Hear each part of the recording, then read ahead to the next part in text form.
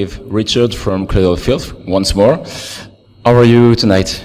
Very good, very good. A lot more awake than yesterday. Even though it was such a great show and we were still giving our all, I feel very awake today. I think it was a good night's sleep last night after last night's show. Okay. Yeah. So we're here in Belgium, inside the Trix location, just after a true filthy show, but very different from the show in Paris yesterday. How would you compare the two shows? How do you characterize one with the other? Both shows were great, really fantastic shows. Again, great crowds, but because the Trix is such a bigger venue, it's a lot wider and it goes a bit further back. I suppose it's harder to get the people at the back into it. Yeah. So I feel like me personally, I have to make a lot more eye contact towards the people at the sides and the back, but like the more casual fans who are just want to watch and not really get involved, but they just want to watch. Yeah. But you can still get them involved with little bits of eye contact, trying to rally them up. Whereas in Paris last night, everyone was so close, so I didn't feel like I had to do that.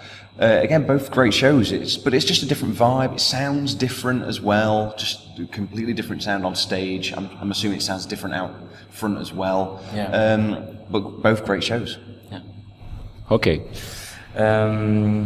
Is there tonight one or two songs you were most invested in, like yesterday? The same or different?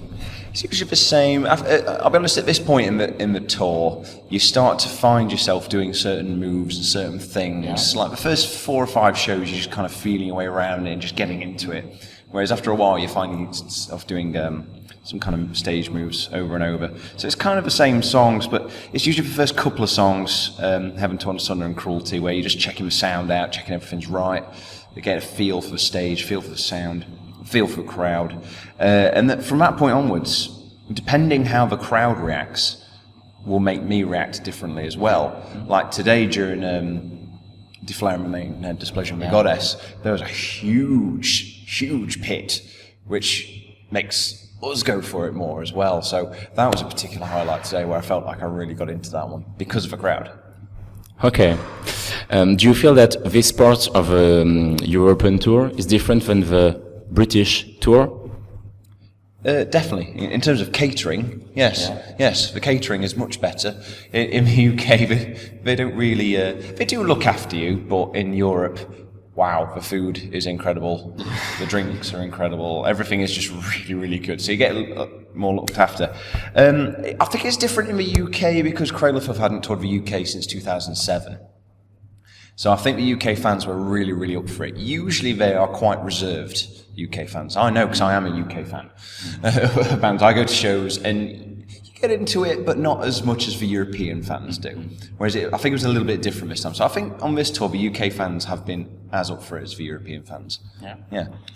I've seen one difference on the internet. There were dancing girls during, I don't know if it was all UK shows or one or two, and one perverse nun too. Why don't they come to this tour, to this part of the tour? In all honesty, they only did the one show because the dancers were from London. Yeah. The blonde dancer, I forget her name, Caroline. She is actually a friend of Tony, Danny's wife. Okay. And so she's into like the angle grinding, the fire breathing, all that kind of stuff. But in the UK, they're a bit hesitant to put things like that on for health and safety reasons. So it ended up being like dancers with costumes and a full routine for that. So they were based in London, so they did the London show for us. Same with Nottingham and Wolverhampton. We had flames, we had pyrotechnics, because they were available, they were big enough venues. A lot of the venues were a lot smaller, so we couldn't do it. So for that reason, really, we just can't bring a lot of the stuff over into Europe as much as we'd like to. A lot of it, we're not playing big enough places all of the time to bring like a pyrotechnic guy who is it's his sole job to fire the flames on every show. Because some shows, like probably today, we could have done it, but in Paris last night we definitely couldn't have done it. It's just too small. So that's the only reason we haven't got the big production for the whole tour, because it's one day it's a big show, next day it's a small show. We can't really keep it consistent. Maybe next tour. Okay, because seeing these girls reminded me the Median tour, you know? Yeah, a lot of people have been saying that.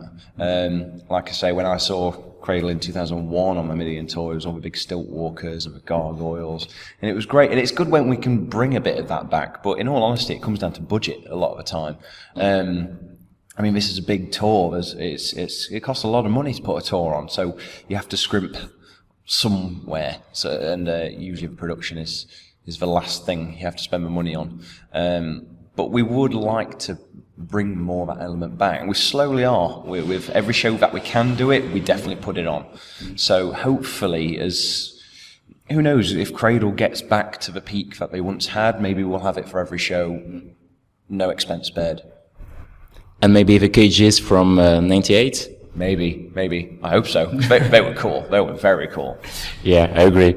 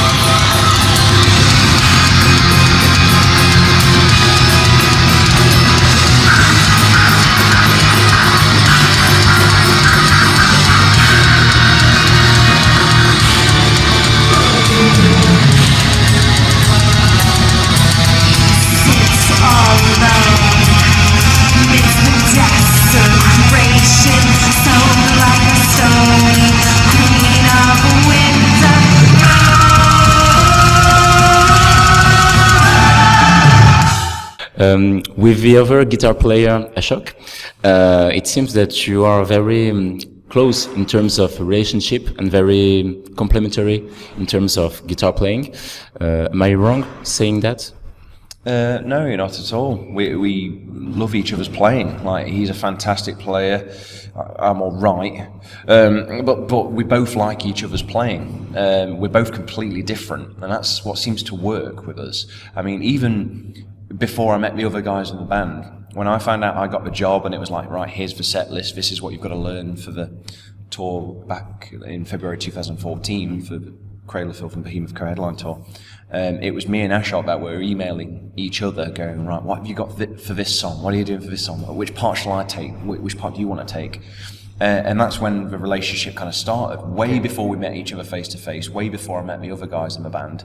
So yeah, I'd like to say that we are very close, and we do work very closely to make sure everything is as close to the album as possible, and we both get enough of the limelight each. We both have our moments on stage. Yeah. On stage, I think it really works. Tonight it was during Cruelty Brought the Orchids that the complementary was almost perfect, you know. Well, thank you very much. It was beautiful. The last question will be about the new album, Hammer the Witches, which appears to me very different from the Manticore and the Horrors.